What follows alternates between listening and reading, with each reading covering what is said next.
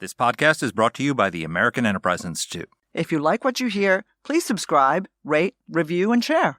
Thanks for listening. Here's our show. What in the hell's going on? What the hell is going on? What the hell is going on? I don't know what the hell he's talking about. You don't have to know what the hell is on it. What the hell's the matter with these guys? We don't know what's going on. What the hell's going on? Who in God's name knows what it's all about?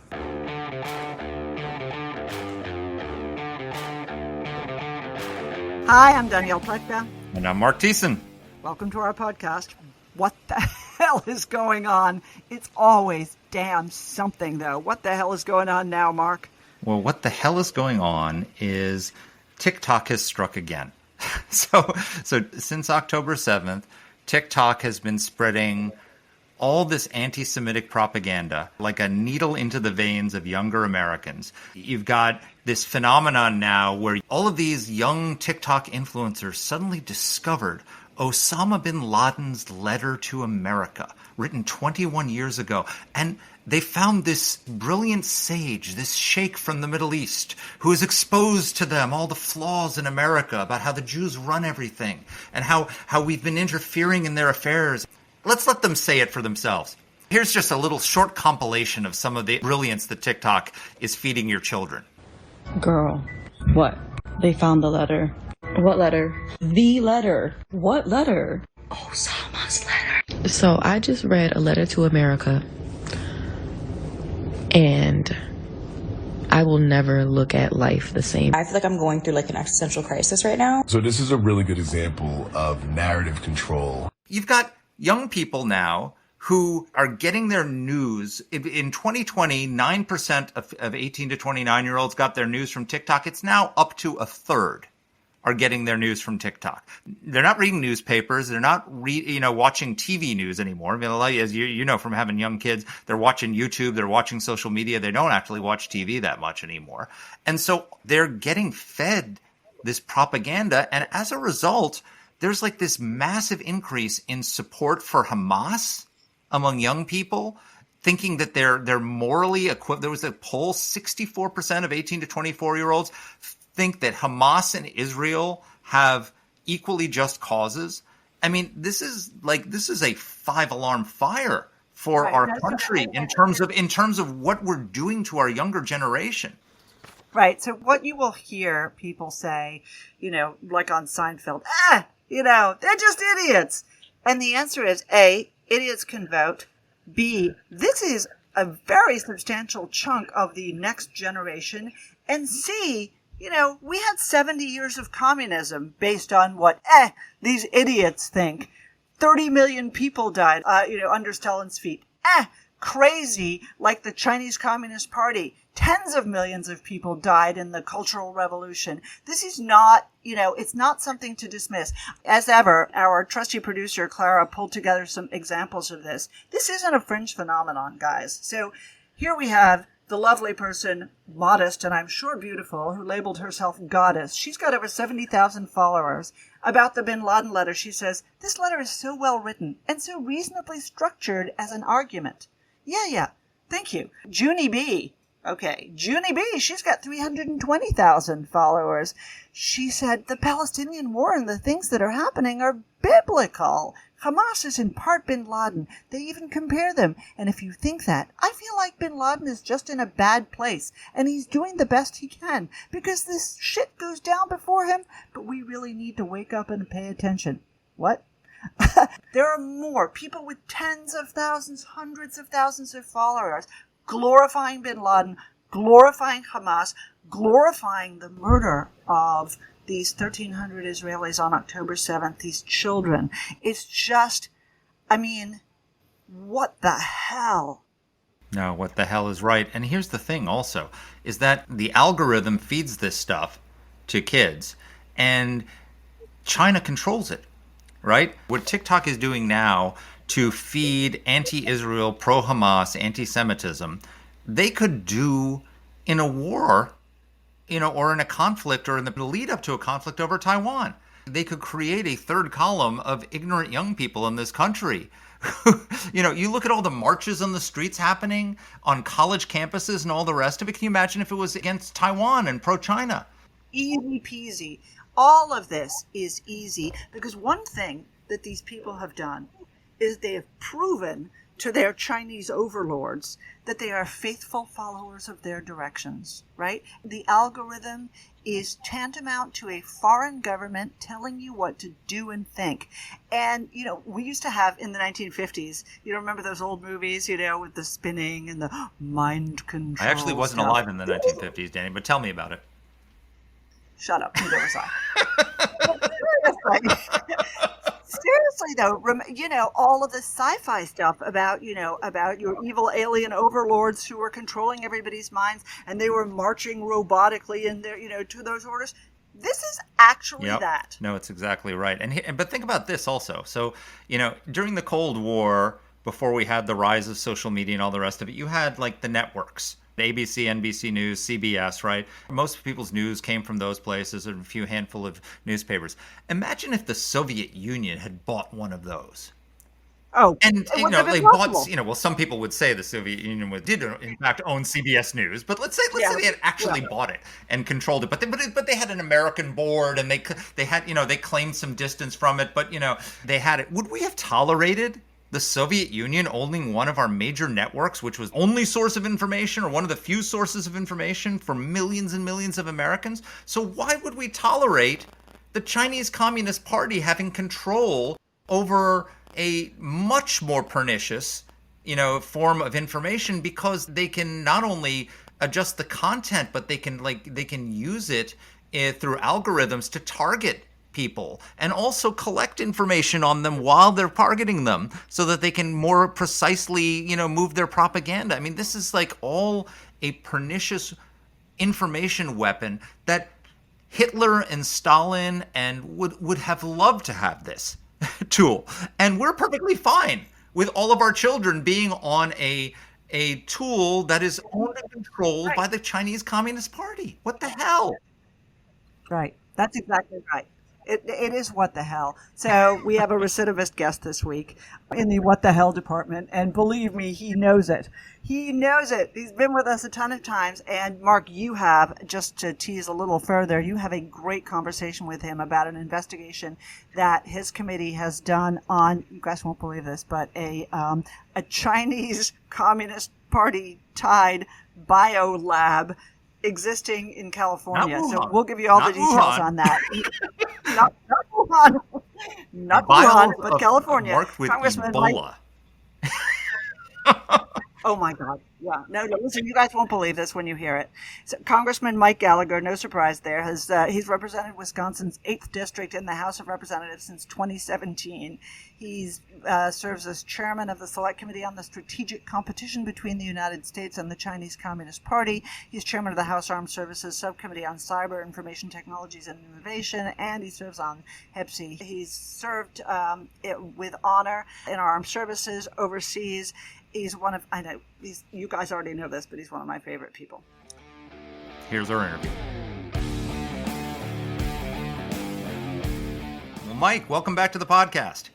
It's great to be back. How many times is this? What sort of, have I earned my gold jacket yet? You've definitely get a mug. Okay, I have a mug. I have a mug already. I use this mug. Oh gosh, okay. So we gotta have like a scale of gifts for repeat offenders. Yes, merch a golden scale. mug. We got merch. We need more merch. You, me, and Taylor Swift. Maybe you could help us arrange to have it made in China. That's right. It probably was. I'm not advocating we need to decouple when it comes to mugs, unless there's a national security threat posed by a glut or dearth of mugs that I'm unaware of right now. I don't think that's the main decoupling priority. Let's figure out advanced pharmaceutical ingredients, and then we can turn our attention to mugs. Exactly. But here is a priority. Your committee has just uncovered that a PRC citizen and wanted fugitive receiving millions in unexplained suspicious payments from the PRC ran an illegal biolab in the heart of Reedley, California. What the hell? It's a crazy story, and if you're hundreds of thousands of listeners want to learn more, they can go on our website and read the whole report. We just tried to lay out the facts. It was a bipartisan report. This isn't some crazy hawkish, fever dream. But essentially what happened is a year ago, in December of 2022, the building inspector for Reedley, California, which is a rural town, about 26,000 people near Fresno, California, saw a hose sticking out of what was supposed to be an abandoned building. So she went inside to inspect and saw a bunch of people in lab coats who then identified themselves as Chinese nationals. It was filled with medical equipment, freezers, vials that they would later learn were filled with dangerous pathogens to include HIV, tuberculosis, and Ebola. And there was about 1,000 transgenic mice. So these are mice that have been manipulated to have their immune systems mimic a human immune system. So you might say, why is all of this going on in what was supposed to be an abandoned building? And that is a good question. And the city officials tried to answer that, get that question answered. They contacted the FBI. The FBI did a background check on the owner, a guy named Jesse Xu, who is completely shady. He was a wanted fugitive, a Chinese citizen. But the FBI refused to investigate because they said it had no connection to WMD, which is crazy on a couple levels, because obviously dangerous pathogens can be weaponized. Maybe they wouldn't have the same destructive impact as a nuke, but we have recent experience in this country with a pandemic that killed millions of people. The FBI shouldn't be worried at all about dangerous pathogens, because they clearly have no deadly effect on American citizens, especially Chinese pathogens. Yeah, they called the CDC. The CDC at one point hung up on them. The CDC only got involved months later because the congressman, a Democrat, Jim Costa, demanded them to get involved. They finally sent a team out there in May, so that's months later. They still refused to test the vials. It wasn't until afterward they found a freezer that was labeled Ebola and that had Ziplocked silver bags inside. They still refused to test those bags because they said unless the entity itself is labeled Ebola, they can't test it. So massive failure in our tripwires or lack thereof. We then got involved because the speaker at the time, Kevin McCarthy, as well as Jim Costa, as well as even Adam Schiff, again, this was bipartisan, asked for a congressional investigation. I sent my team out there. The city officials asked us to subpoena them so they could actually get on record with all this stuff. So we went out there, we did a comprehensive investigation, found all sorts of troubling things in the lab for which there's no legitimate explanation. And the guy who owned it, Jesse Xu, and I'm sorry to go on, but this thing has so many twists and turns. Just tell the story. It's very wild. Jesse Xu, okay, so Chinese citizen, was a fugitive from the law in Canada. He had come here illegally from Canada across our porous northern border. Hey, maybe Vivek had a point about the northern wall that we needed. Just kidding, everybody. He was fleeing a $330 million claim against him for intellectual property theft. He had stolen a genetic process involved in the making of milk because back in like a decade ago, there was a big infant milk shortage in China. Hundreds of babies died in China. It was tragic. So he effectively stole the IP to fix that process on behalf of the Chinese government, was a fugitive, came here illegally, got connected with an accountant here in America who's also a Chinese national who has direct connections to the Chinese Communist Party United Front Work Department. He set him up with shell organizations for his businesses. We think he set him up with his fake ID. He assumed a different alias. And he basically had two sort of business activities at that point in America involved with this lab. One, he was making fake test kits for pregnancy tests, for COVID tests, and for urinalysis tests. And the other was something involved in the buying of dangerous pathogens online, but for which there was really no coherent explanation. So he was, as you are able, like you could go online right now, you could buy things like MERS, Middle East Respiratory Syndrome, which Danny knows better than anyone, caused havoc recently. You could buy all these dangerous pathogens, which he was doing, and then he had them in this facility, but there's really no legitimate purpose. When they actually tried to dispose of the mice, the figurehead CEO of the company, who was in China, called and said, you can't destroy these mice. They're very valuable. We need these for immunology research. But it's unclear what research they were doing. So this guy has subsequently been rolled up. He was getting unexplained wire transfers from China, over $2 million worth. The whole thing, and I'll try and land the plane here, a few obvious things. Again, in this report, we just tried to lay out the facts. We're not making sort of policy judgments or we don't want to overstate the case in terms of his connection to China, but he'd done previous work on behalf of the Chinese government for which he was a criminal. He was getting these unexplained payments, and he had connections to United Front work entities. But it's obvious to say our tripwires were non-existent in this case, right? There was no defense in depth, and it should not be the case, in my opinion, that you can just buy dangerous pathogens online. Two, it raises the question, how many other labs are there like this out there? I mean, this would seem to be a massive soft underbelly for our entire national security, our homeland security system, much like the southern border, right? I mean, it makes absolutely no sense that we would allow something like this to happen because it could really cause a lot of damage. And at a minimum, we need the CDC to pick up the phone when local officials call them. And thank God the local officials did their job. They were trying to get help from the federal government, and nobody provided them any help. And we had to get involved. It shouldn't take calling your member of Congress to have the CDC provide you help in an occasion like this. Yeah, this is insane. It's literally insane sounding. The FBI wouldn't investigate. The CDC hung up on them. Has the media been all over this? I mean, Mike, imagine to yourself, Ebola. This is the thing that causes you to bleed out of your eyes, right? The fatality rate is up to 90%. And I can get online and buy it and stick it in Mark's coffee tomorrow? Not that I would, of course, Mark. We have you on record now, on tape, just so you know, with our hundreds of thousands of listeners who have now heard your threats against me. So if I die mysteriously, Mike, I want you to launch an investigation of Danny. I feel the same way about if I die in the next 5 years. Do not believe the explanation. I didn't fall off the balcony. It was not natural causes. I'm 39. For all I know, I'm healthy. It was any number of enemies that I've made in the last few years. But yeah, I mean, it's totally crazy. The local media picked it up at the time. I don't remember the extent of the national coverage a year ago when it first broke. The Washington Post did cover the release of our report. This was kind of timed around last week when she was meeting Biden at Apex. It got a little bit drowned out like that.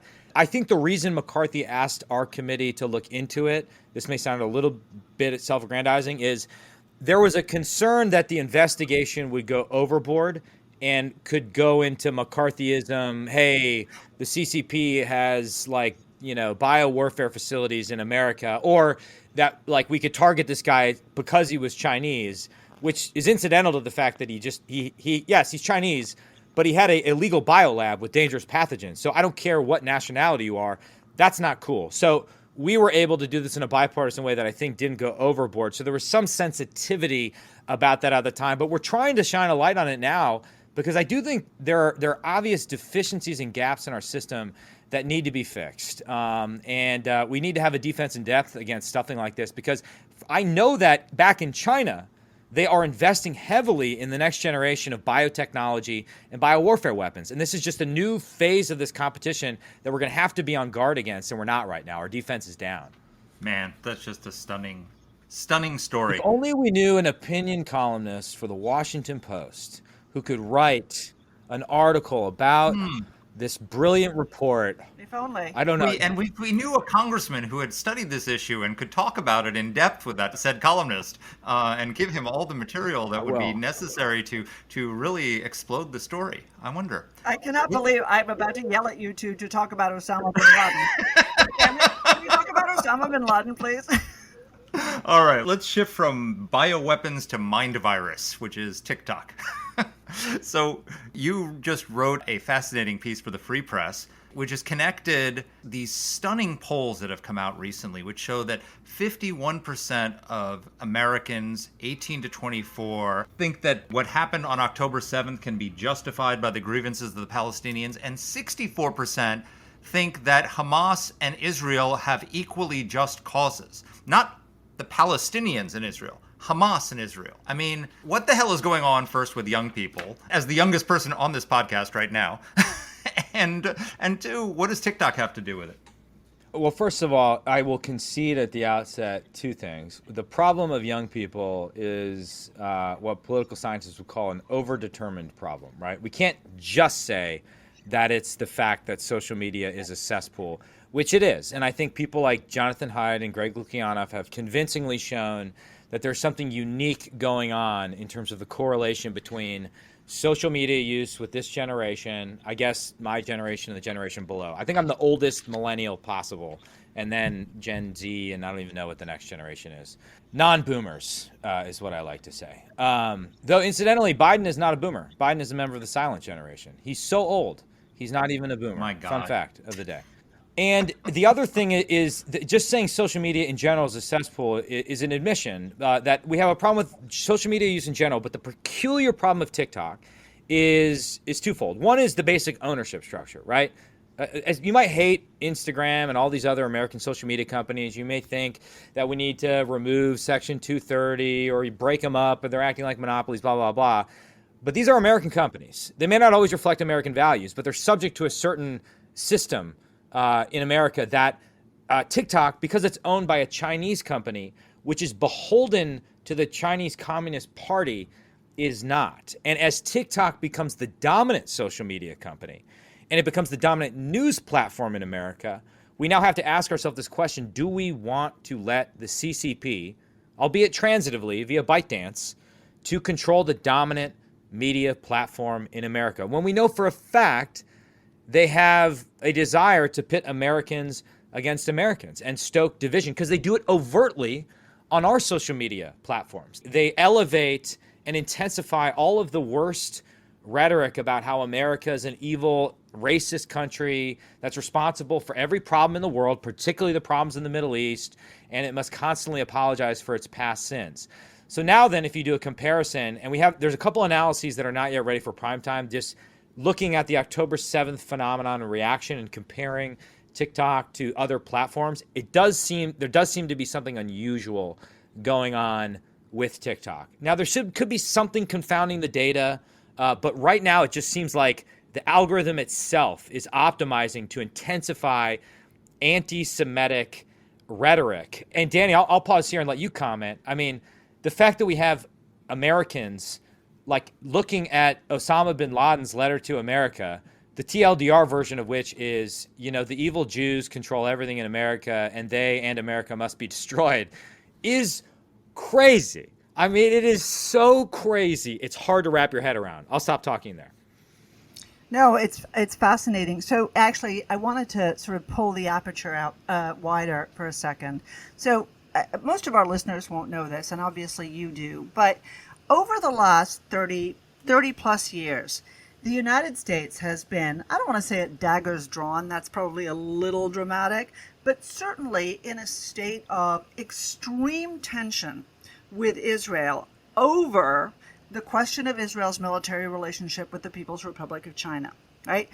I go back to the 1990s, and people can go back and look at a moment when we sold something to the Israelis, who then sold it to the Chinese, Green Pine, I think it was called radar, right? And we were furious with the Israelis. They were giving the Chinese access to the best technology, and there has not been an administration that has not passed, that has not, Republican and Democrat, raised this with the Israelis. And they're always like, no, we're not doing it. And you need to understand, we need to support our indigenous defense. And then we say, but you are the Taiwan of the Middle East. What the hell is wrong with you? And their answer is, no, you don't understand at all, right? And the Israelis thought for 3-4 decades that they had the Chinese managed. And what you see after October 7th is not only do the Israelis not have the Chinese managed, they have amplified Hamas. Their foreign ministry has stood with Hamas. They have gone berserk with their social media, even Chinese social media, not TikTok, not what our kids are seeing, but what Chinese people are seeing. Virulent, people with millions of followers, virulent anti-Semitic shit that you would not believe. And they have erased Israel from state maps. Okay, not in every case, but in a lot.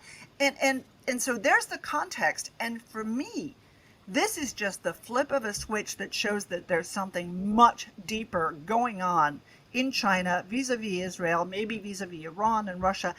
And Mike, it's your job to tell me what that is, because I actually don't know. Well, I guess the bias I now bring into this is increasingly it looks like there is a proper axis of bad guys arrayed against us, right? We can call them an authoritarian axis or an anti-American axis or the new axis of evil, whatever. I haven't settled on the right term. But the dominant partner in this de facto alliance is China. They have strange bedfellows in terms of their junior partners, Iran and Russia. But like the shared interest that is currently keeping them all together is to undermine, if not destroy, the American-led global order. And therefore, when one of the junior partners decides they're going to, let's say, invade Ukraine, though China may not have scripted that, they back them. They back them. They back their rhetoric around concerns over color revolutions globally. They blame America. Perhaps they benefit from the chaos in Europe in terms of their primary ambition, which is to take Taiwan by force if necessary. And similarly in the Middle East, China was perfectly content to develop an economic relationship with not only Israel, but also Iran. They signed this 25, 30-year economic partnership agreement with Iran. China has severe energy needs. Iran has energy resources. I think for at least the last 18 months, if not longer, China's been the biggest purchaser of Iranian oil, which also, by the way, presents an opportunity to de-dollarize the global economy. So I view this as, like, more than anything else, simply as China deciding to back Iran in the region. And maybe that's too simple, and I'll let you push back. But also, and this is where your expertise would be better than mine, by putting the rapprochement between Israel and Saudi Arabia kind of off the table for now, and kind of driving a wedge between Israel plus America and the Sunni Arab Gulf states, which were really doing things that could be historic. They position themselves further as not only the leader of sort of the anti-American alliance with Iran, but also they try to position themselves as like leader of the global South, which is a term that encompasses so many different countries that aren't just in the Southern Hemisphere. So there's a variety of things going on, but it all comes back simply to their ultimate ambition, which is to become the regional hegemon and ultimately the dominant power globally. And that requires taking America down a few notches. Maybe that's dumb. No, look, I don't think it's dumb, but I do think that it is strange. One of the things about our adversaries, whether it's the Chinese or it's Al-Qaeda, is that they're really pretty good at playing the long game, and we've seen China play the long game in the Middle East. They positioned themselves with Iran, but they've been pretty careful to balance with the Saudis. They've been pretty careful to preserve their relationship with these other guys. And let me tell you, what we hear coming out of these, Arab networks with the Saudis condemning the Israelis and blah, blah, blah, all of the usual stuff, that's not what they really think, right? Behind the scenes, they're telling everybody, kill them and kill them now, right? Let the Israelis finish Hamas because that will be devastating to Iran. So China has made this weird choice that is actually going to make those guys nervous. I don't get it, and I think it goes much more deeply into some of the analysis that we've seen from folks that we work with at AEI that suggests that there have been some pretty radical changes going on for Xi Jinping. That basically he's made a decision to double down on your new axis of evil or whatever we call it, the BGs. I don't know. I don't know the answer, but for me, this seems stupid. It's one thing to side with Iran. Hamas doesn't have any oil. They're just terrorists. You're totally right. It's interesting. The Sunni states in the region, I think you're absolutely right. Like behind closed doors, we'll say, yeah, these guys are crazy. Take them out. They obviously have their own domestic politics to manage. Even monarchies have like domestic politics, but they've never, it's been my observation, at least for the last, 15 years, they've never tried to like Palestinianize their relationship with us or Israel, right? And the reason we saw this rapprochement that the Trump administration, I think, wisely took advantage of is because the dominant threat in the region was from Iran, right? And that was the thing. That was the long pole in the tent that brought Israel closer together with Saudi Arabia and Bahrain and the UAE, et cetera, et cetera. And also, by the way, Mike, made possible by the Iraq War. Yes. Because the Iraq War eliminated the check on Iran that Saddam Hussein played, an unstable check. So if it had not been for the Iraq War, there would be no Abraham Accords, because now all of a sudden the Gulf states needed a powerful check on Iran, and guess who that was? The Jewish state of Israel. Neocons spiking the football, ex-post, got it. Pisa never misses an opportunity to claim victory. Mission accomplished. Mark Thiessen. I'm joking. Maybe we're searching for a geopolitical or strategic rationale when it's pure economics. I don't know, right? It's pure greed. They want money. China has a lot of money. They want it without strings attached. We lecture them on human rights all the time. I get it. Israel, Chinese had a massive investment in various port facilities in Israel. You know, I'm sure there was similar, adjusted for per capita levels of intellectual property theft. Israel is obviously an incredibly innovative, high-tech country. So perhaps there's just a pure economic and energy motive, and we're searching for some sort of explanation where she's sitting back there, okay, I'm going to get Russia to start a war in Europe, and then we'll get Hamas to start a war in the Middle East, and the Americans will be distracted, and then I can take Taiwan.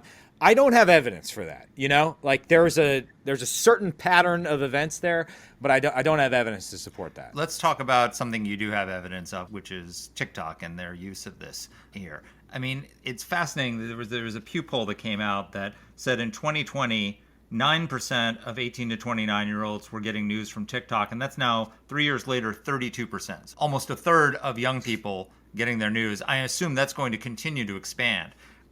Do you think that this sort of surge of anti-Semitism on TikTok, which they're now like desperately trying to claw back and claim that they're not doing it because they've gotten a lot of blowback from it, was almost like a test run?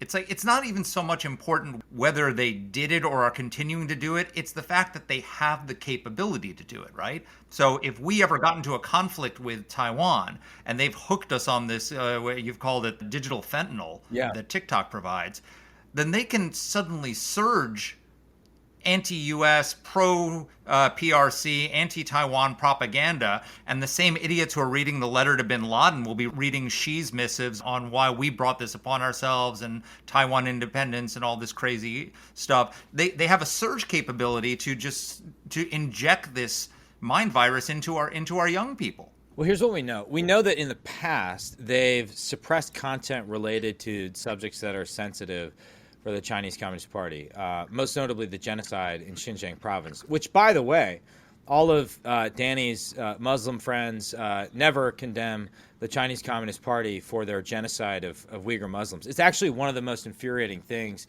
about some of our closest partners in the region. There is just silence when it comes to the treatment of Muslims in China, where there's an active genocide underway. Well, the Jews aren't doing it. That's right. The other evidence on the amplification of, for example, Kashmir independence movements, which makes sense given China's territorial claims vis-a-vis the Indians and the desire to, prod the Indians. There was a bunch of Indian soldiers that were bludgeoned to death by Chinese soldiers in the last few years. India, notably, has banned TikTok completely. They're not an international pariah. There's no domestic crisis related to the banning of TikTok in India. It hasn't slowed down their economy. This is like the biggest, I think now it's surpassed China, the biggest country in the world, certainly the biggest democracy in the world. They banned TikTok, okay? So we know in the past that they've had bad behavior. I think the analyses that are about to come out with respect to this specific incident will suggest that something strange is going on, unique to TikTok, in terms of there may be anti-Semitic propaganda all over social media, but it's unusually pronounced on TikTok. But I can't say that this was definitively a test run, right? But if nothing else, and this is sort of where you started with the question, the fact that it is a news source gets to something critical, because TikTok always claims that, this is just fun, it's about entertainment, it's about dance videos, et cetera, it's just user-generated content. Well, I don't think that's tenable anymore. Given that a third of adult users get their news from it, the numbers are more pronounced the younger you get. 1 in 6 American teens say they're on the platform almost constantly. It has significance far beyond short, stupid dance videos. Put differently, also, it's not just about the data, right? It's not just about their ability to track your location or see what websites you visit and spy on you effectively. It's about the propaganda power. It's about their ability to control what information you get and what you think is true and what you don't think is true. And even if you don't think there's any evidence that the CCP has influenced ByteDance to influence TikTok to do bad things, what about the CCP's behavior over the last 2 decades would make you think that we should give them the opportunity to do this in the future? And if you just listen to things Xi Jinping talks about, he talks constantly about the smokeless battlefield, which is his phrase for the information war, the ideological war, which he views to be the most important part of this competition. And we we had all this momentum to tackle this issue in the form of either a ban or a forced sale, but then we completely lost it because of two things. A massive multi-million-dollar lobbying campaign on behalf that TikTok has paid for. If you remember in the Republican debates, they ran two ads, and I think the first two debates, I don't remember in the third one, that positioned TikTok as like the champion of small business. It's American flags and apple pie and, dairy farms. And the other thing is the Senate tried to take action. They didn't quite get their construct right. It was viewed as a grant of excessive authority to the executive branch. And so now people are gun shy about doing anything. But if we don't do anything, and if we allow the status quo to continue, TikTok will become the dominant media platform in America, perhaps the dominant news source in America. And the fact that in the past, the Chinese Communist Party has refused to allow a sale to an American entity tells you everything you need to know, because they clearly want to maintain control of this tool, this weapon going forward. So it would be an act of national suicide to allow the status quo to continue. We have to act before it's too late. Danny, can I follow up quickly? But she's going to kill you in the future. She already admitted it. So you anger her further at your own. I know, exactly. We got her on record. I mean, just, if something happens, refer back to this podcast. I've got the evidence. See like a few transgenic mice running in the background. Danny's experimenting. Well, now that you've told her that she can buy Ebola on the internet, I'm going to be watching my packages very carefully. But look, so this has real world impact. I mean, so think about this. There was a poll that just came out that shows that young voter sympathies flipped from Israelis to Palestinians over the last month when all of this surge of anti-Semitism on TikTok was happening, from just over 40% in favor of Israel and about 25% for the Palestinians to 52% for the Palestinians and 29% for Israel. So in a month since this conflict has happened, the sentiment of young people has flipped. And this has an impact because Biden is basically doing the right thing, but his political people are now coming to him and telling him, you're in trouble with young voters. You're in trouble with Arab Americans in Michigan. If you don't win Dearborn, overwhelmingly, you're going to lose Michigan and you could lose the presidency. Yeah. It's creating political pressures on him. And so all of a sudden now we've got to focus on Islamophobia. And now we got to focus on humanitarian corridors. And now we've got to, they're pushing him towards ceasefire. This actually works. Yeah. Two things. One, it does seem like Biden is changing his position and falling victim to the radical, what I call the Intifada left, the Hamas caucus. And like sort of tactically micromanaging Israel in a bizarre way that I don't completely understand.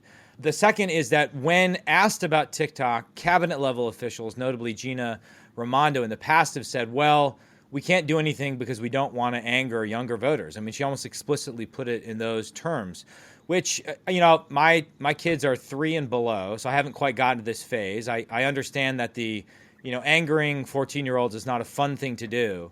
But the fear of angering 14-year-olds can't be the basis of our foreign policy. So I don't find that justification compelling. And it's not clear to me that politically it would fall one way or the other. So I don't understand. But seriously, there's a question, and I was just asking Stephen, who obviously you both know, my husband who's a lawyer, about this because he does a lot of CFIUS work. ByteDance bought TikTok from an American company, right? It never went through the Committee on Foreign Investment in the United States, what we call CFIUS, okay? It is. That is not the virus that Danny plans to send me through the mail. Right, that's Ebola. She's going to infect me with syphilis. No, that could happen too. But anyway, seriously, I don't want to call it the flip of a switch, but for the Biden administration, they could in fact retroactively force ByteDance to go through this CFIUS process and then force them to divest TikTok. They could do this. It doesn't even require that Congress gets up the gumption to ban it. The Biden administration could effectively do that. I don't get why there's no consensus about this other than the 14-year-olds. Two things. One, Trump tried to do it, and he ran into a legal buzzsaw, but you can argue that the way they did it was a bit inelegant, and certainly if you had a talented lawyer like your husband on the case, I agree with you completely. There is a path forward via CFIUS. I'm going to play him that recording. He'll be very yeah, happy. well, I'm a Thank big you. fan of your husband. Very well-dressed man, too. He's always very well-dressed. Yes, he's got an excellent wife. And the second is they're in the CFIUS process right now, but they kind of took a detour to a mitigation agreement. So there was something called Project Texas, whereby they would work with Oracle to develop a system that would test TikTok and its data and make everyone feel good that it wasn't being manipulated. The problem really comes down to algorithmic control. And I think some of your colleagues like Klon Kitchen have effectively made the argument that until you have more transparency around the algorithm and the algorithm is controlled by a like ByteDance or CCP beholden entity, anything else is just window dressing. Like that is the fundamental problem, which is why a sale to an American company, provided that involved a transfer of the algorithm, and then things would effectively just branch out at that point between TikTok, Free World, and then Douyin, which is the version of TikTok in China, which, by the way, as I think we've talked about before, it's restricted to a couple hours a day for Chinese kids. The content is heavily restricted. So they clearly realize that it is not good for kids because they're putting massive controls on it. So a forced sale to an American company would alleviate most of my concerns, and I think would be an acceptable outcome. But the CCP, as I said before, in the past has balked at allowing that. TikTok and its algorithm are on what is effectively their export control list, which I think provides evidence that they realized how valuable this tool is. There are a ton of American investors who have financial interests in ByteDance. They own a ton of ByteDance, but in the forced sales scenario, they wouldn't necessarily lose all their money. But some of those investors, I think, are behind the lobbying effort right now that we're seeing and putting tons of pressure on Congress not to act. Let's talk a little bit more about the whole bin Laden letter phenomenon that happened, because I think we touched on it briefly, but it really was just stunning to me that you had these kids going on TikTok and like they had discovered something that the country had kept hidden from them. This brilliant letter by this sheikh from the Middle East talking about, how the Jews are running everything and all the rest of it. It's almost like a perfect storm, because you have this vehicle of TikTok that the Chinese have created to shoot the fentanyl into their veins. And you have the enablers in academia who have been laying the groundwork for this attack. I mean, this was all the whole ideology. We just did a podcast about the connection between anti-Semitism and critical race theory, right? But this is all the ideology of settler colonialism. This rung a nerve with these young people, and they listen to it because they're getting taught it in schools. Some of these schools are teaching bin Laden's letter, without citing it, as legitimate political science. Am I wrong? Is that an exaggeration? I was joking. No, I was joking the other day. There was a point in my life, legitimately, when I was transitioning away from the military, and I hadn't yet followed the Danny Pletka path to the Foreign Relations Committee. I was trying to finish my PhD, and I thought, you know what? It'd be really cool to be a college professor. And maybe one day I could run a small liberal arts university or college in America. I've now realized that the politics of that are worse than the politics of politics. Though and you're I saying that as a member of the House of Representatives. That's right. Or at least we settle our differences via fistfights, okay? These days, not with struggle sessions and weird cultural revolution activities on college campuses. But it's absolutely abhorrent. I mean, when you have Ivy League professors out there saying that they were overjoyed on October 7th and encouraging this stuff, some of our institutes of higher education have completely lost their way. They're not equipping these kids with the skills they need, the critical thinking skills to survive in the real world. A lot of them are going to be unemployable, by the way, given that this stuff is not going to disappear. Like, I was the last year where I was able to not have every activity that I took part in college tracked online. Facebook came out when I was a sophomore in college, and it was only a small group of schools. And then I completely got out of it when I joined the military. This stuff is going into the ether, and it's going to follow these kids around for the rest of their lives. It's absolutely crazy.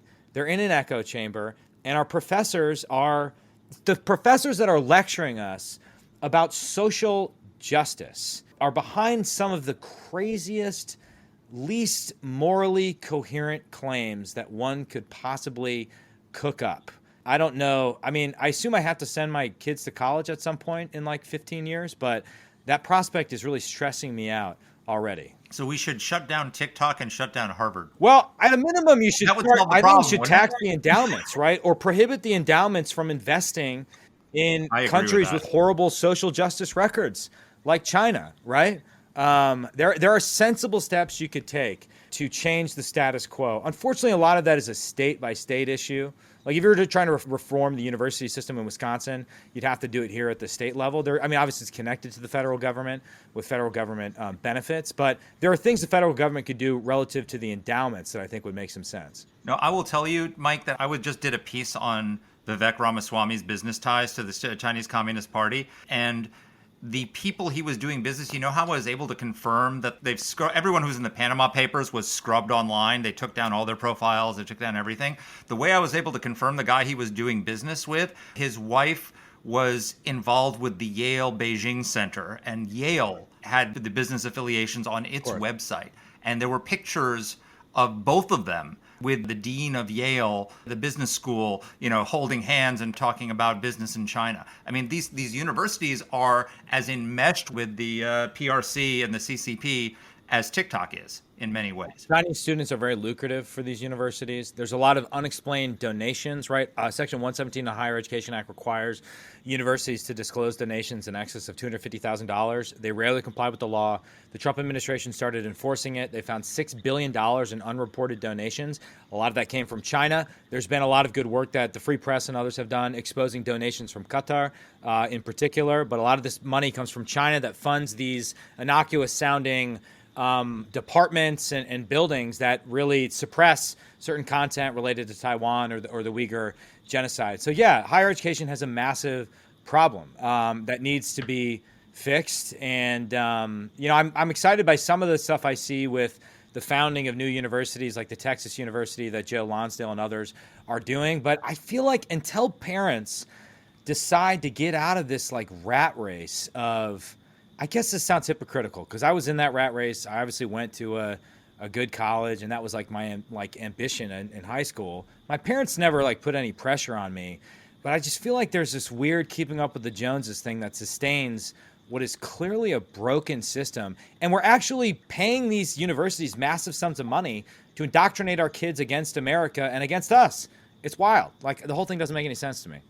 Well, it is wild, and we're allowing them to be bought by the Communist Party in China. So exit question from me, what's it going to take? Okay, Osama bin Laden, the glorification of the man who committed the most deadly attack on American soil in our history, that wasn't enough. What's it going to take to get either the president or Congress, and I mean both houses in this case, to agree that we have got to shut down this arm of the Chinese Communist Party in America? Well, I actually think the bin Laden fiasco, as well as more generally the glut of anti-Semitic content on TikTok, has given us an opportunity that we didn't have a few months ago to do the right thing. In fact, I've been fielding calls from people that, I never would have expected would have been eager to do something, both from my colleagues in Congress and people in positions of influence in the private sector or in the entertainment industry. So I think we have to seize the current moment to go forward with a bill that, again, doesn't repeat the mistakes of the Senate bill that went forward, that's more narrowly tailored, but actually does the thing that we want to do, which is either ban TikTok or force a sale. I'm cautiously optimistic that we can get that bill through the relevant committee in Congress and on the House floor. And I think there's an opportunity for us to have a bipartisan vote that sends it to the Senate. I don't know what the number would be. There would obviously be some people that would vote against it in both parties. And then the politics of the Senate are a bit tricky, but the better the vote in the House, the better chance we have of actually forcing the Senate to act. So I think we have a narrow window right now. But the closer we get to the election, the harder it gets for the reasons you laid out before, right? Because the Biden administration is going to say, well, hey, we can't do anything to anger, I guess 14-year-olds can't vote unless they live in Chicago. But the young people that may sustain the member of the silent generation, ironically, who's running for president, who is older than the People's Republic of China. Do you see any hope on the Republican side for doing something? Let's say we get a Republican president. You see any hope that a Republican administration? A Republican president, quote unquote. Yes, I know. Depends on it. Really depends on who it is, Yeah. right? I mean, I think it's the more hawkish vote. I think like DeSantis and Haley probably would take action. Vivek obviously not. Trump's a total wild card, right? I honestly don't know. I don't know what he would do, but at least half the people that are on the stage would right now. So again, it's a very narrow window, but I do think we have to act before it's too late. And I mean, this is just, again, this could take your pick of issue that the CCP could use to just turn Americans against Americans and create chaos. Think of all the uncertainty we were dealing with related to the origins of the pandemic, right? I mean, multiply that by 20x the next time we're in a crisis. Or think about the ability it could give them to meddle in our elections, which presumably is an issue that everybody cares about, right? The Democrats told me for 4 years that was the most important issue alive, which there's so many reasons why we have to act. But now is the moment. Well, Mike, you've got a lot of the answers, so we're counting on you to lead the charge on this, and you deserve at least a T-shirt or a keychain this time around. Because I'm not soliciting it. You know, it must be under $20. Don't worry, it will. But I'll proudly display it if we satisfy the ethical requirements for the acceptance of this gift. we will make it awesome and cheap. Perfect for us because we have a very low budget. If it comes from Danny, I'm gonna have to get it tested by the CDC to ensure it doesn't have any strain. You still have to me, Mike. You're safe. You don't have to worry about anything. Thanks so much. Thanks again. Thank you. Danny, what do you think? So for me, everything, I feel like a broken record, but everything comes down to leadership. Okay, there are things and problems that we have in America, and we have them, and we need to deal with them. And some of them are really, really hard, right? What the hell is wrong with the Republican Party? I don't know. What the hell is wrong with the Democratic Party? I can't fix that. What the hell is wrong with, we can go on, but a lot of our problems are actually much simpler than they appear. Yes. And the problem of TikTok is freaking simple. It just requires a little bit of leadership. The president can do it. The Congress can do it. I know Mike was optimistic, and I hope he's right. That is a triumph of hope over experience in my in my book in Washington. I think the Chinese have us over a barrel because they have harnessed the most vicious, fearsome weapon on the face of the earth, the teenage girl. You know where I'm speak. I remember when we were, this is digging deep into the past, but when we were on the Foreign Relations Committee and we passed the Libertad Act, the Helms-Burton Act, the purpose of which was to stop Europeans from, one of the purposes was to stop them from trafficking in expropriated American property in Cuba. And our colleague Roger Noriega, one of the brilliant things that he came up with in this was making it one of the punishments for trafficking in expropriated property, in addition to treble damages, was the loss of visas for both the executives from the company and their immediate families, because he knew that these European businessmen might not care about themselves, but if their wives couldn't come to New York to go shopping on Fifth Avenue, their children couldn't go to American universities, if they were not able to visit their homes that they had over here, then they would get it hell at home from their wives and children. Why are you trafficking in this expropriated property in Cuba? I can't go to college. I can't go to shopping. We can't visit our home in Vail. What are you doing? And this is the same thing. Too many politicians are afraid if they go out and ban TikTok, they're going to come home and their daughters are going to beat the crap out of them. They've harnessed the weapon that people are most afraid of, which is their teenage daughters. Yeah, well, teenage daughters, but boys are morons too. Well, you're totally right about the fact. Look, I don't know whether you saw the report, but you saw that Biden is thinking about getting on TikTok for his 2024 reelect. Made me laugh out loud. He and Vivek, are courting TikTok influencers. I know, but come on, let us talk about the beauty of a member of the silent generation using TikTok as a tool. It's all cynical, it's slovenly, it's lazy, it's a bankruptcy of leadership. It's incredible. And that is the happy news that we have this week for everybody. Hey, everybody, please have a very safe and joyful Thanksgiving. Don't argue with your relatives. Don't argue with your teenage daughters like Mark is about to. And be thankful for everything we have. And we're thankful for all of you for listening to this podcast, and thanks for listening again. Let us know what topics you'd like us to cover. You can get in touch with the show by emailing us at whatthehell@aei.org. Or you can reach us on Twitter. I'm at @dpletka. And I'm at Mark Thiessen. That's Mark with a C. Please rate and review the podcast. If you like the show, please subscribe, share it, comment on Apple Podcasts, or wherever you're listening to this. Thanks for listening.